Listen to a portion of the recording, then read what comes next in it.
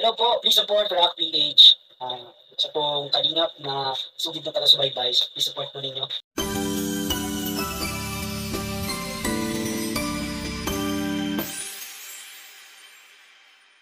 Carla umamin na ayaw niyang iwanan siya ni Jomar. Hala ka! Naging totoo na ba kaya ang naramdaman ni Carla kay Jomar at nauwi na kaya ito gaya sa tambalang Rochelle na nagka-developan na sa isa't isa? Yan ang ating pag-usapan at bigyan na din ito ng reaksyon. Bago po ang lahat, marami pong salamat sa inyo po na nanunood sa aking munting channel. Asahan nyo po na patuloy pa po akong gagawa ng video tungkol sa mga latest update tungkol sa beneficiaries ng Kalingap. At wag po nating kalimutang patuloy na suportahan ang ama ng Kali, ngap na si Kuya Val Santos Matubang at anak niya na idol ng lahat na si Kalingap Rab. Maraming salamat po. Carla, may nabitawan nga itong salita na di niya gustong iwan siya ni Jomar. Grabe po talaga ito, nakakagulat po pag narinig nyo ito. Mas lalo pa po talaga tayong kikiligin sa kanilang love team. Nagkatotoo na ba kaya ang naramdaman ni Carla kay Jomar?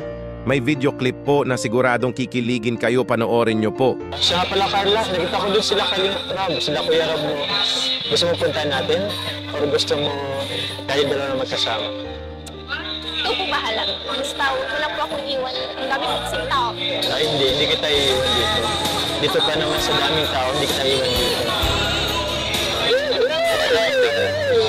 Andun, si Carla oh. Uy! Maganda kahit Oo. kita yung ganda ni Carla. Kahit madilim, sobra. Lumiliwanag ang kanyang ganda, no? Uli, maliwanag. Grabe, ang ganda po. Ang ganda dito sa po.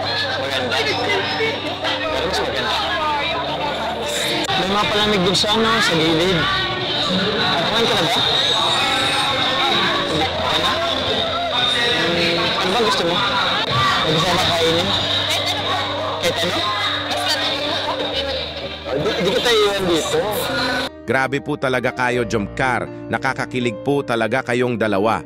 Sa mahigit isang buwan nyong magka-love team ay mas lalo pa po talagang nakakaabang ang bawat eksena ng love team serye nyo.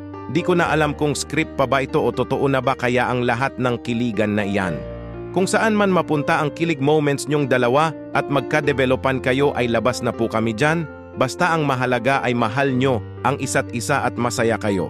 Nasa mga tamang edad na naman po kayo, basta di lang mapabayaan ni Carla ang first priority niya ang makapagtapos ng pag-aral. Yan naman po ang hangad ni Kali, ngap Rab, kaya tinulungan niya si Carla para makapagtapos.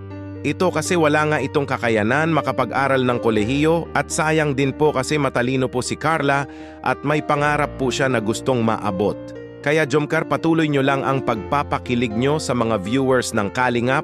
Sabi nga ni Kalingap Rab ay for entertainment lang po ito, pero baka malay po natin na sa future ay sila po talaga ang para sa isa't isa. Sa inyo po ba mga Kalingap, ano napansin nyo sa Jomcar? Isa na ba sa kanila ay na-in love na at matulad na sila sa Rochelle na nagka-developan? Comment nyo lang po iyan mga Kalingap at babasahin po natin yan isa-isa. Salamat po at palike naman po ng video. Ingat po kayo palagi and God bless po.